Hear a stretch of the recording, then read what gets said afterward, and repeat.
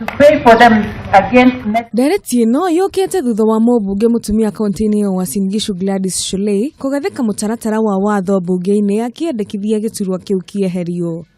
Ni wale watoto kabisa hawana. Mũtaratara ũcio wa watho ũrĩa wagathĩkirwo bunge-inĩ kiumia kĩmwe kĩhĩtũku ũrendekithia icigo imwe cia bunge nyitithanio na kũrũgamĩrĩrwo nĩ mumbunge mutumia. As we are talking to, you will agree with me that most women do not even know that there are some funds existing for them.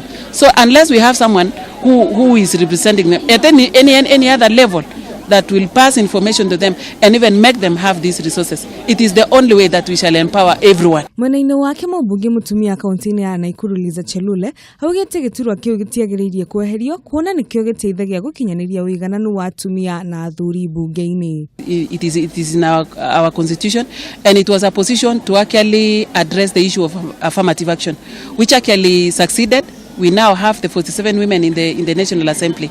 But again, we cannot talk about women only in parliament. We also want to see what the women at the grassroots are doing. Oho, Chelule nĩ ugĩte kweherio gwa giturwa gĩkĩ rĩgũkorwo rĩrĩ ihũra inene kũrĩ Akenya. Lakini wewe ni wana Handũ-inĩ ha Kameme TV, Getwo Wangui wa Ndirangu.